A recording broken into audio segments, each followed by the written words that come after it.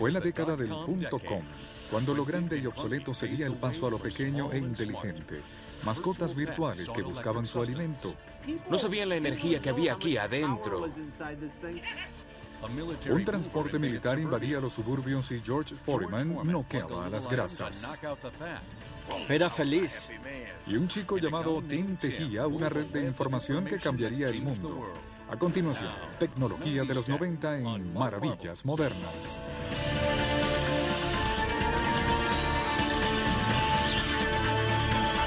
Maravillas Modernas. El gerente y fundador de la compañía, dueña de este almacén y otros 26 como este, trabajaba desde su garaje en 1995. Hoy es uno de los hombres más ricos del mundo. La alarma sonó al descubrir que el uso de la red crecía 2.300% al año, y eso fue en 1994. Y esto me hizo reflexionar sobre qué tipo de negocio podía hacerse en la red.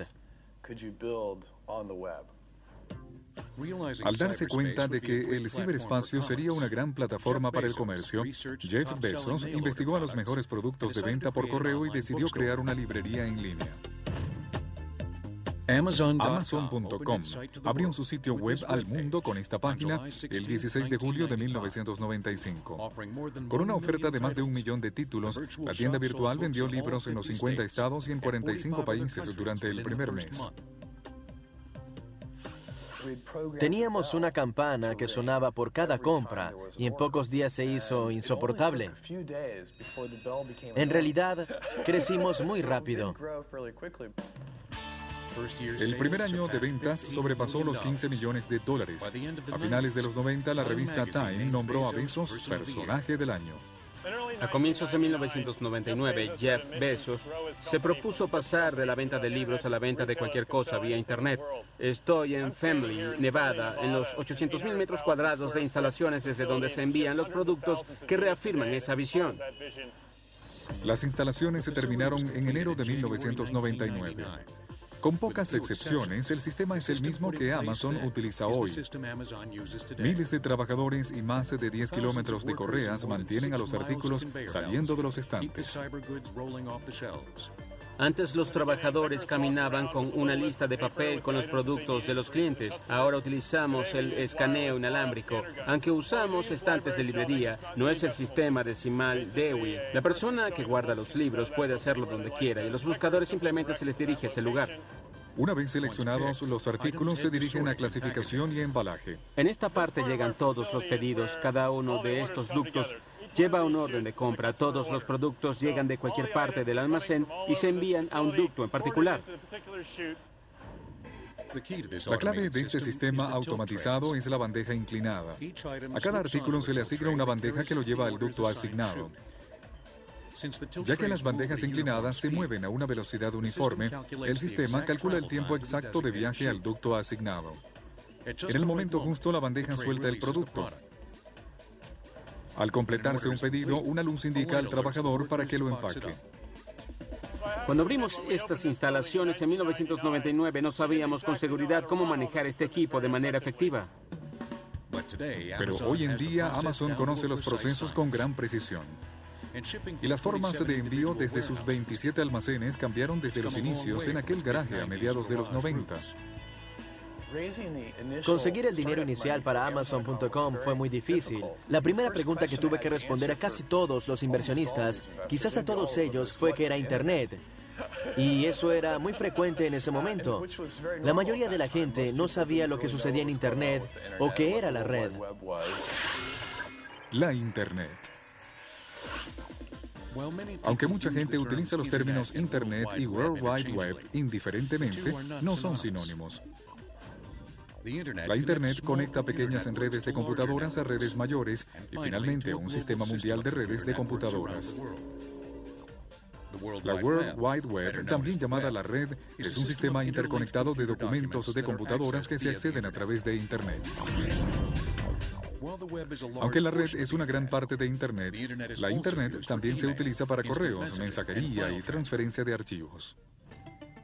El desarrollo de Internet se inició en 1969, cuando la Agencia de Proyectos de Investigación de los Estados Unidos conectó 4 de sus computadores a través de una línea de 56K. 21 años después, en el otoño de 1990, había 313.000 computadores conectados a Internet. Pero el gobierno estadounidense restringió el uso de esta Internet primitiva a investigaciones científicas. A diferencia del ambiente cargado de gráficos que conocemos hoy, la interfaz de la pantalla era una hoja en blanco que requería un conocimiento avanzado de los comandos de texto. La red cambió todo eso. Cuando trabajaba para la Organización Europea para la Investigación Nuclear, o CERN, el científico británico Tim Berners-Lee vislumbró la necesidad de un sistema con un uso más sencillo para compartir información en Internet. Al combinar el hipertexto, documentos de computadora unidos entre sí con la Internet, Berners-Lee creó el protocolo de transferencia de hipertexto, o HTTP, y acuñó el término World Wide Web. Y en el invierno de 1990 creó las 3 herramientas necesarias para que funcionara la red. El primer servidor de la red o computador de Internet, un buscador web o programa para navegar en la red y las páginas web que describían el proyecto. El 6 de agosto de 1991, Berners-Lee decidió dar gratis al público la World Wide Web para que continuara creciendo y revolucionar así la forma como usamos las computadoras y cómo nos comunicamos.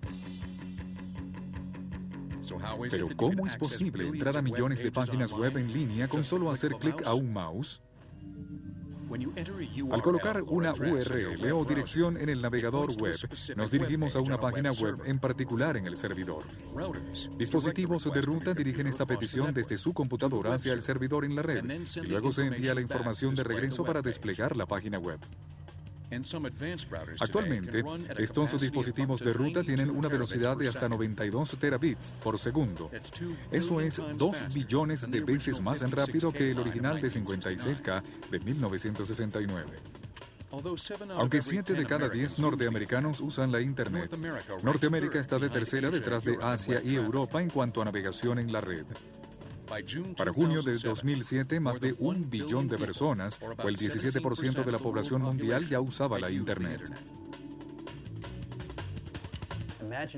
Imaginen cuando ese número crezca a 50, 80 o 90% de la población mundial, compartiendo sus vidas, experiencias, conocimientos e información. Esto cambia los fundamentos de lo que somos como sociedad.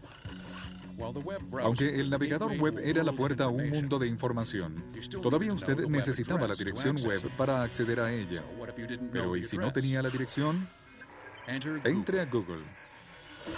Google es un llamado motor de búsqueda que puede dirigirle a los sitios web navegando a través de las crecientes y enormes cantidades de información.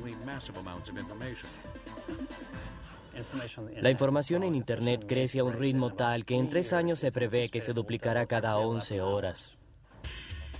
Entonces, ¿qué sucede cuando utilizamos Google para buscar a la estrella pop de los 90, Britney Spears? Google utiliza dispositivos spiders que trepan por la red y exploran cada sitio web. Esta data forma una lista como el índice de un libro. Cuando se introduce una petición de búsqueda, el programa de Google pasa por este índice, clasifica los aciertos y devuelve los resultados en orden de importancia. Y en este caso se hallarán más de 49 millones de resultados en 0.04 segundos.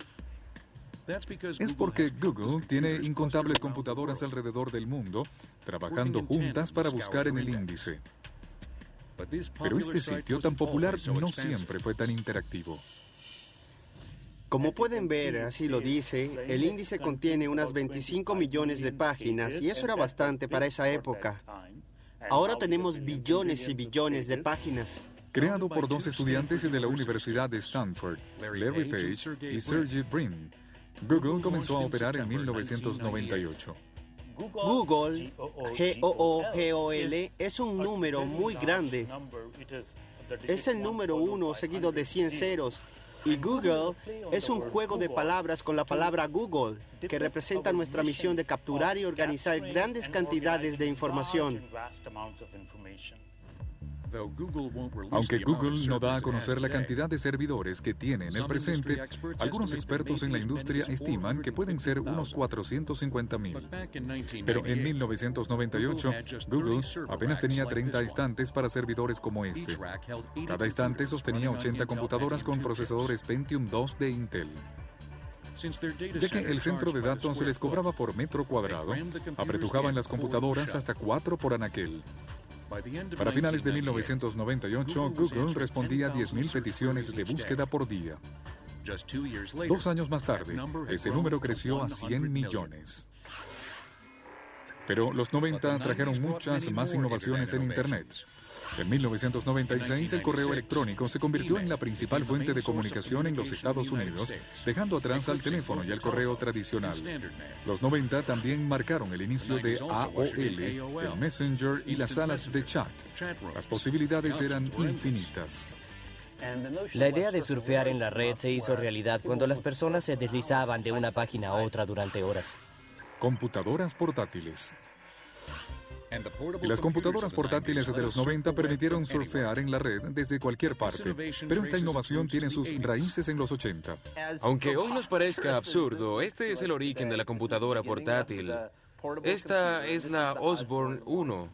Esta es la pantalla. Tiene unos 12 centímetros en diagonal con capacidad de 50 por 24 caracteres sin posibilidad de gráficos. El teclado se guarda en este compartimiento. Lo cerramos y se convertía en una especie de pequeño ancla de 11 kilogramos. Pero por primera vez podías llevar la computadora contigo. Pero a principios de los 90... Esta es la tecnología de 1991, el PowerBook 170 que tenía todo lo que se necesitaba en una moderna computadora portátil. Tenía una buena pantalla, una esfera de búsqueda y fíjense cómo el teclado se coloca atrás para brindar apoyo aquí en las manos. En realidad concentra todo lo que tuvieron las portátiles que le siguieron en los años 90. Los 90 también miniaturizaron el teléfono móvil. Hicimos más pequeños los procesadores, la memoria, el visualizador, especialmente las baterías. Creamos nuevos dispositivos, como el teléfono tipo almeja, como el comunicador Star Trek. Finalmente, a finales de los 90, teníamos teléfonos que eran tan pequeños y económicos que estaban en todas partes. Casi todas las personas tenían uno. Los años 90 también conocieron la unión del teléfono celular y el computador portátil, el llamado teléfono inteligente. Este es el Simon de la IBM y Bell South. Es el primer teléfono inteligente del mundo. En realidad es el precursor de lo que hoy es el BlackBerry. Tiene un calendario y todas las otras funciones que vemos como estándares. Pero para ese tiempo, la idea de llevar todo ese poder en tus manos era realmente una novedad. Aunque la creación de la red transformó a la computadora de los años 90 en un nuevo medio de entretenimiento e información, el uso de las computadoras en mascotas virtuales provocó una alarma nacional.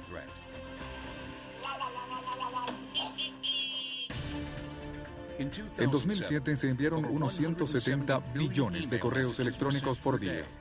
Esos son casi unos 2 millones de correos por segundo. 70% era correo basura y virus.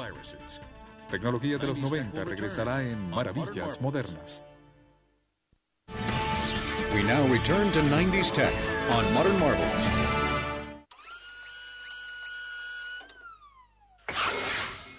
Mascotas virtuales. Robocop 2007. Sin control remoto o intervención humana, 8 perros robots, Aibo, compiten en un partido de fútbol 4 contra 4. Gracias a la tecnología de los 90. Este es el primer Aibo presentado en 1999. Esta es la serie 110 y 111. En realidad, Aibo es el acrónico en inglés de robot de inteligencia artificial, pero Aibo en japonés significa amigo. En 1999, cuando salieron, costaban unos $2,500. En junio de 1999, el primer lote de 3,000 Aibos se vendió en solo 20 minutos. Y para finales de año, Sony produjo y vendió unos 60,000.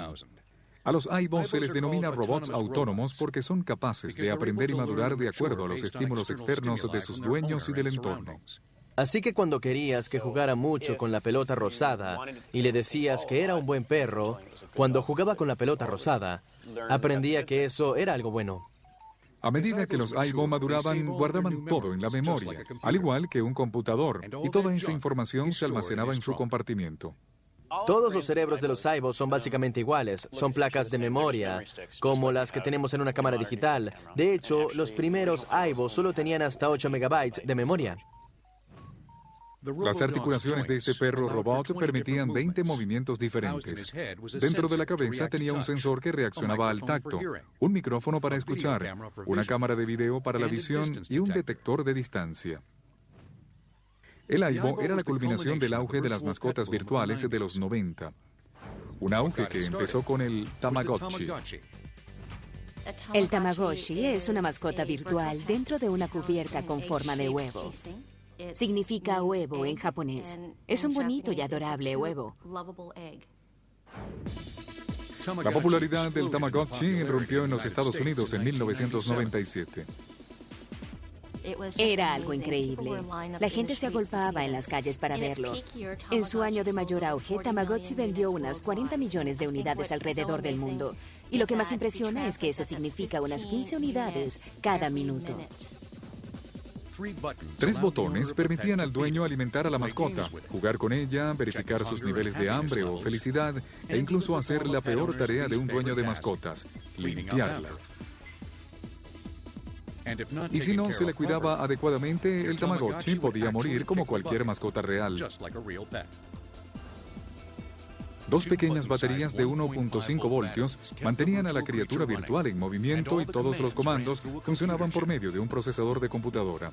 Además, tenía casi el doble de potencia que el computador portátil Osborne 1 de 1981. Inventamos la mascota virtual. Era algo totalmente novedoso. Pero solo un año después, los bichos digitales se enfrentaron a un tangible y peludo competidor. Ninguna discusión sobre los años 90 estaría completa sin hablar de Furby. Comercializado en 1998, fue la primera mascota robot autónoma. Por ser un robot, es capaz de mover cosas, como sus orejas, su boca y sus ojos. Pero también habla, y habla un lenguaje llamado Furbish. Mientras más se jugaba con el peludo amigo Furby, hablaba menos Furbish y parecía aprender más inglés. Lo que realmente hacía era revelar gradualmente hasta 100 palabras en inglés ya programadas. Debido a esto, se tenía la idea equivocada de que los Furbies repetían las palabras dichas a su alrededor, por lo que algunos funcionarios del gobierno pensaron que comprometía la seguridad nacional. De hecho, la Agencia de Seguridad Nacional en Maryland prohibió a sus empleados llevar al pequeño amiguito a sus dependencias el 13 de enero de 1999. No sabían lo que sucedía aquí adentro. No sabían cuánto poder había adentro de esta cosa y algunos se asustaron. A pesar de su reputación de traidor, se vendieron más de 15 millones de unidades de Furby al final de los años 90. El Furby costaba unos $35 en 1998, lo cual es costoso para ser un juguete. Pero cuando echamos una mirada dentro de Furby, te das cuenta de por qué costaba tanto.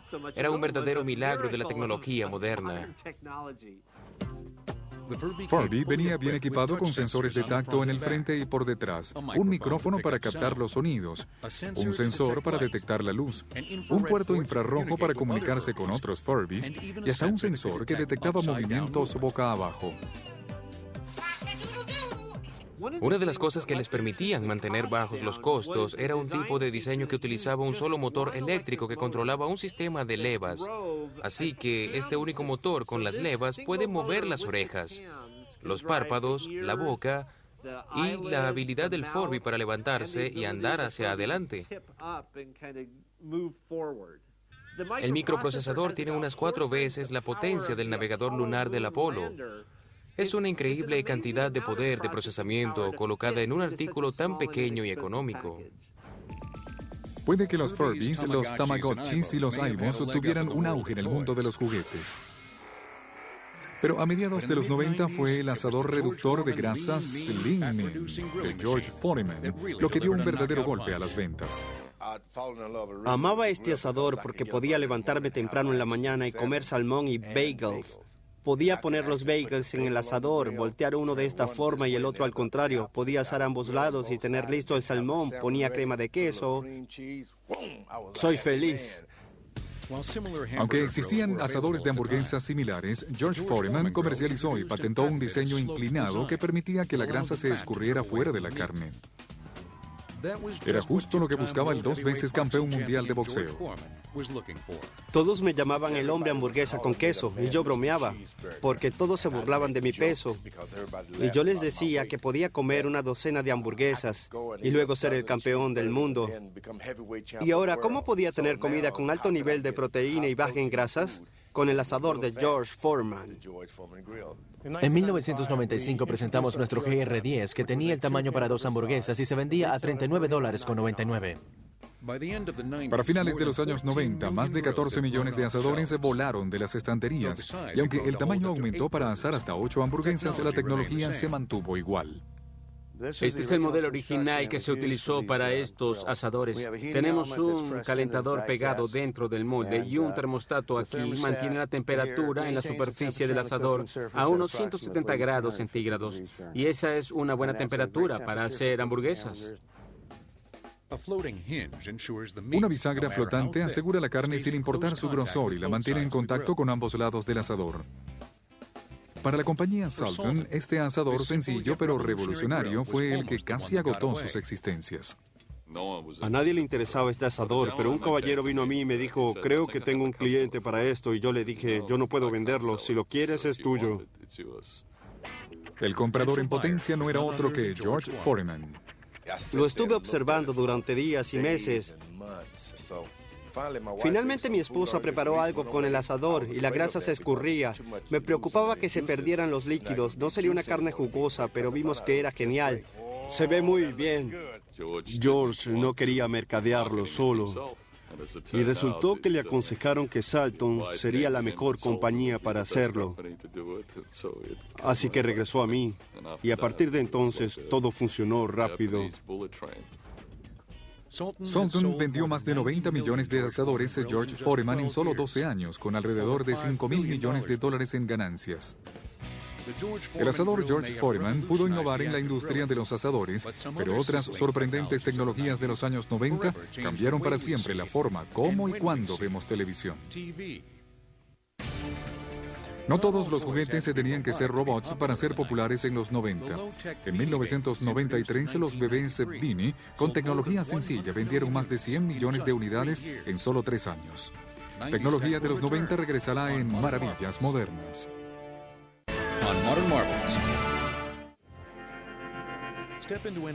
Al entrar en una tienda de productos electrónicos, nos rodean indispensables dispositivos digitales de los 90.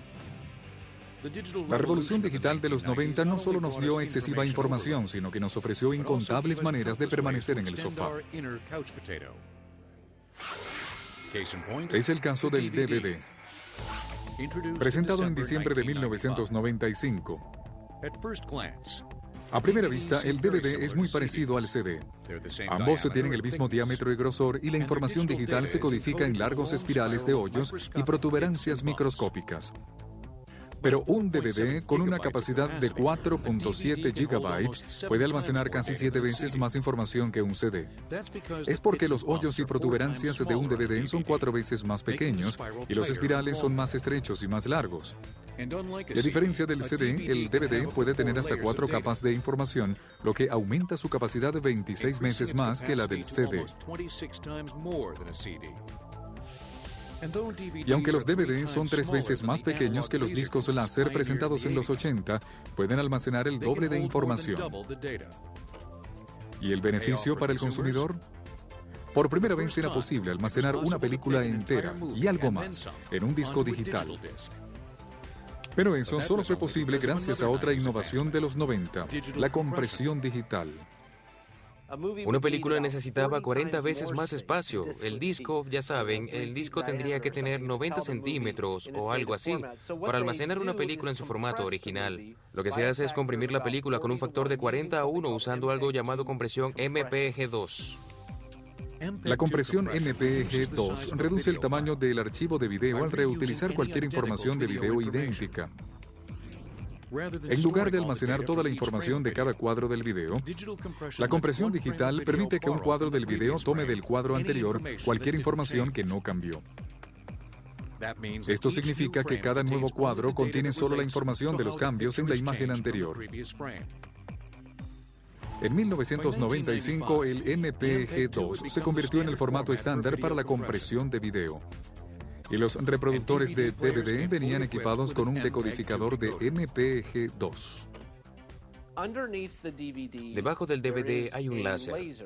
Este lee la información que está sobre el DVD llevándola a esta tarjeta que contiene la tecnología electrónica necesaria para descomprimir el flujo de información MPEG-2 y hace posible reproducirla en el televisor. Los DVD marcaron el inicio de una era de ediciones especiales de largometrajes caseros. ¿Puede haber algo mejor? TiVo. ¿Y si pudiéramos hacer pausa y retroceder la televisión en vivo? En marzo de 1999, el reproductor de video digital TiVo, o DVR, lo logró. La gente a finales de los 90 no podía imaginarse poder hacer una pausa en la televisión en vivo y tener todos sus programas favoritos grabados al llegar a casa. A finales del año 2000, más de 150.000 TiVos invadieron los hogares de todo el país. En la actualidad, ese número sobrepasa el millón. Aquí tenemos maravillas modernas y justo ahora lo grabamos y puedo verlo y puedo adelantarlo. La barra verde nos muestra cuánto del programa se almacenó y si algo me interesa puedo parar y puedo verlo. En este momento, una de las cosas que permitieron al TiVo ser el producto que fue es que pudimos crear un circuito codificador de MPEG en tiempo real que podía convertir la televisión análoga y convertirla en una televisión digital en tiempo real. Desde aquí se envía el video por medio de este circuito que es personalizado y creado aquí en TiVo y que llamamos interruptor de difusión. Y este manda el video al disco duro. Con una capacidad de 14 GB, el primer TiVo podía grabar un programa a la vez y almacenar hasta 14 horas de programación. En la actualidad, los TiVos pueden grabar 2 programas a la vez y almacenar hasta 300 horas. Incluso se pueden transferir programas almacenados a la computadora, escuchar la colección musical y crear una presentación de fotos en el sistema. Por supuesto que la presentación de fotos en el TiVo no sería posible sin la cámara digital. Y la primera cámara totalmente digital fue la Dicam modelo 1 de 1990. Esto ahora es patético con los estándares de hoy. Es la única descripción posible. Por una razón, es blanco y negro. Otra razón, tiene solo 376 por 240 píxeles o 0.09 megapíxeles de resolución y está casi atada al computador porque aún no existía la memoria flash. Sonríe, Forby. La Dicam podía almacenar 32 imágenes comprimidas en blanco y negro. No fue sino 4 años después cuando la Apple QuickTake 100 se convirtió en la primera cámara a color asequible.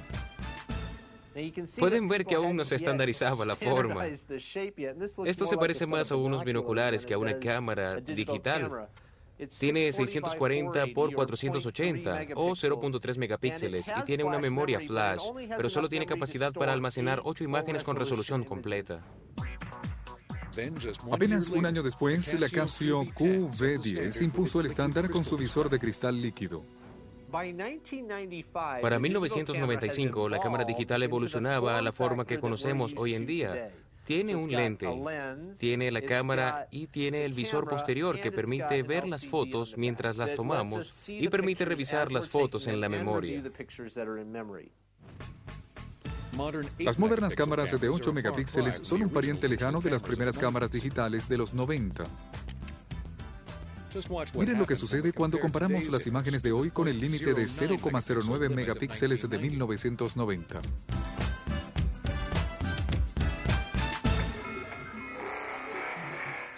Televisión por satélite. En 1994, la televisión por satélite se hizo digital.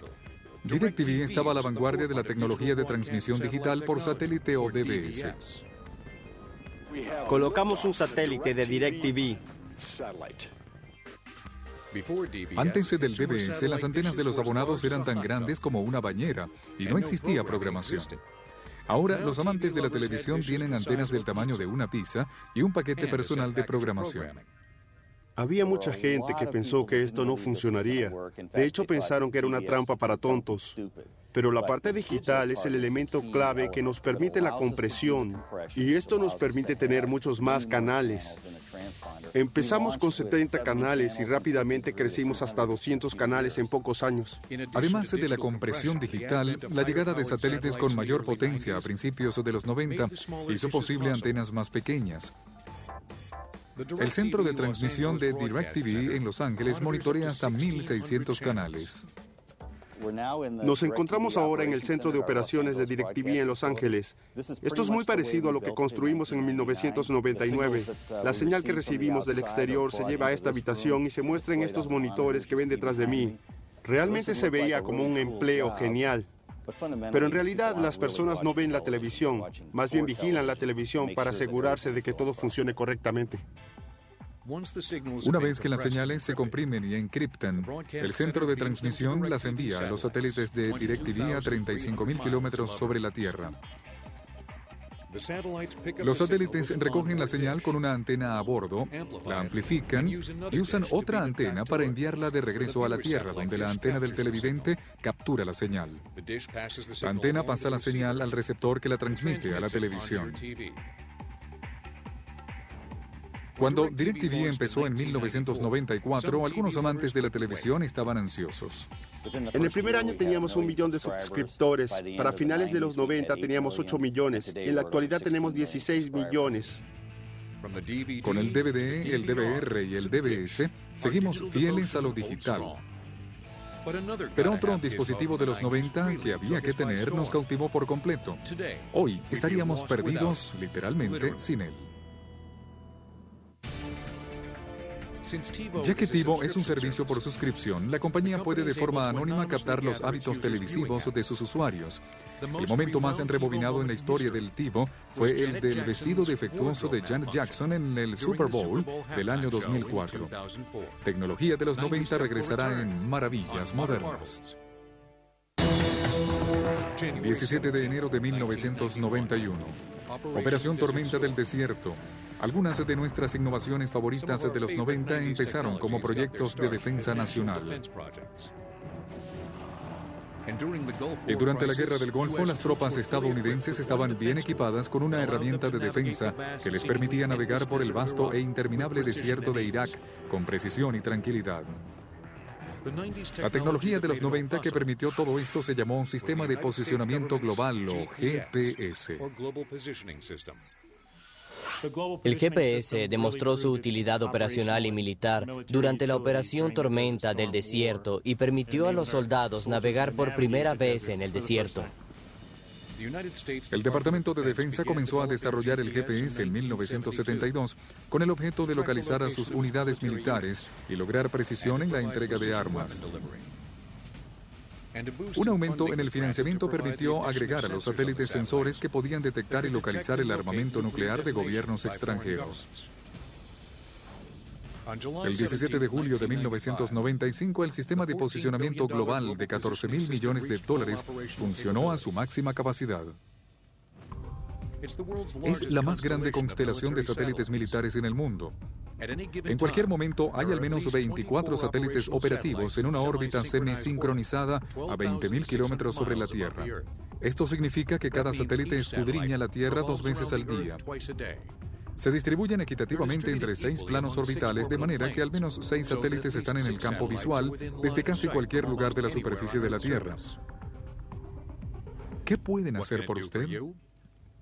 Esto es de mediados de los 90. A finales del 96 apareció este receptor, de manera que conoce bien nuestra posición. De hecho, hace un mapa mientras caminamos. Ahora me encuentro en un lugar completamente diferente, y en este punto me encuentro a unos 30 metros del punto inicial. El receptor recibe desde los satélites y recalcula mi posición, pero hizo lo mismo a lo largo de todo el recorrido, así que conoce todos los pasos que di para llegar aquí. ¿Cómo puede el GPS decirnos dónde estamos? Determinando la distancia de al menos 3 satélites, el receptor GPS puede calcular su localización. Se denomina trilateración. Una vez que el GPS calcula su distancia con el satélite, conoce que debe estar en algún lugar en la superficie de una esfera rodeando ese satélite. Si se dibuja una esfera alrededor de un segundo satélite, la superficie de las dos esferas intersecta en un círculo perfecto. La superficie de una esfera alrededor de un tercer satélite intersecta el círculo en 2 puntos. Uno de esos 2 puntos se encuentra en la Tierra. Y voilà, tenemos la localización. Pero durante los años 90, el GPS no fue siempre tan preciso y confiable para los civiles.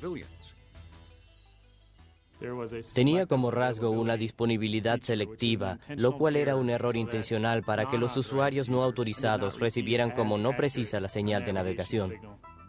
De hecho, durante los años 90, este error aleatorio que cambiaba con lentitud tan solo le colocaría dentro de los 100 metros de su localización. El presidente Clinton decidió en mayo de 2000 desconectar la disponibilidad selectiva. De pronto, los GPS podían identificar su posición dentro de 3 metros.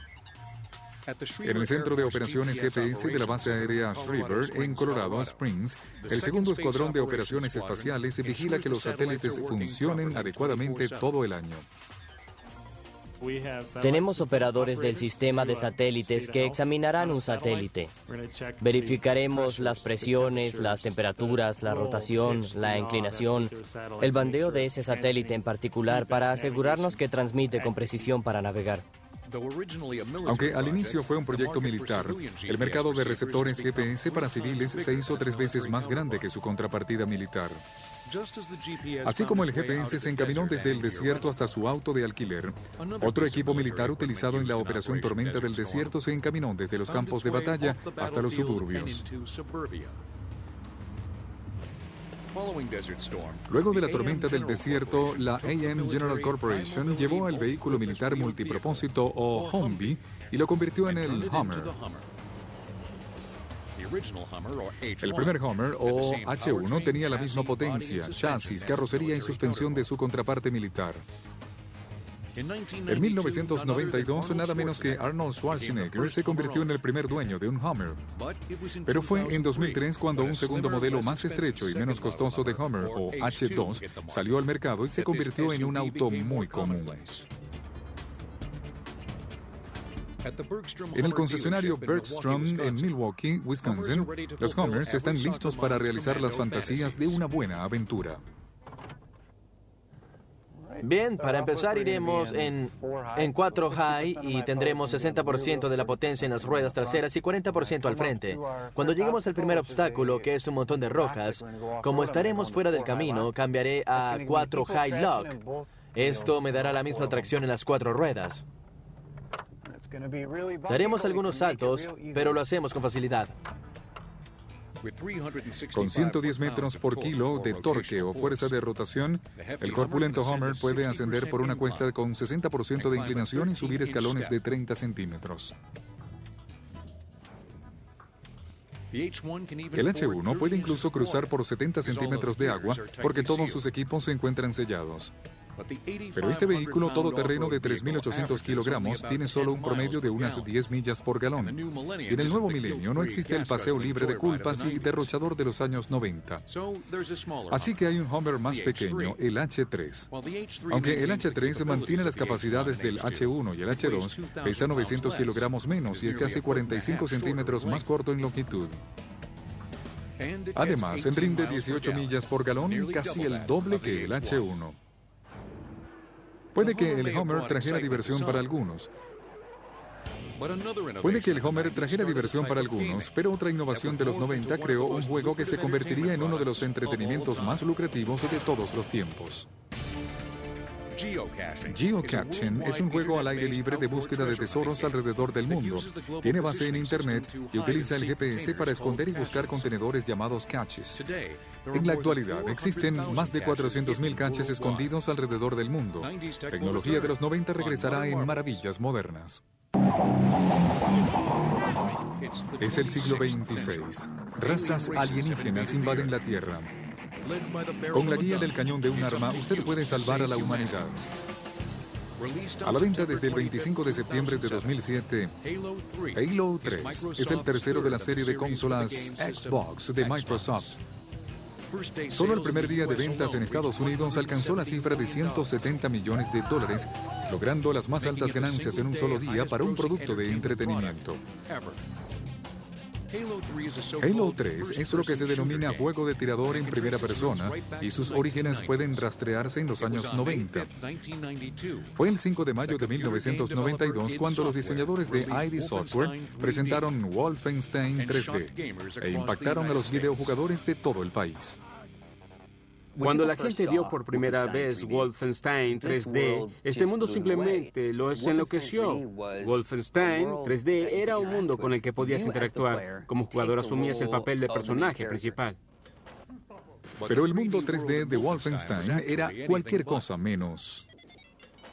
Lo llamábamos 2,5D, porque todo lo que veías era plano, eran objetos dibujados. Es lo que llamábamos duendes, eran como tarjetas salientes cortadas con forma de monstruos. Se estiraban y reducían en la pantalla para hacerlos ver más grandes o más pequeños dependiendo de lo lejos que estuvieran. Quizá Wolfenstein 3D fue uno de los primeros juegos de tirador en primera persona. Pero fue la salida de Doom en 1993 de ID Software lo que realmente definió al género, y la lucha contra demonios malvados y zombies despertó un poco de nuestro instinto salvaje. En todo Wolfenstein 3D fue innovador e irreverente. Doom literalmente tomó eso y dijo, veré lo que tienes y lo mejoraré.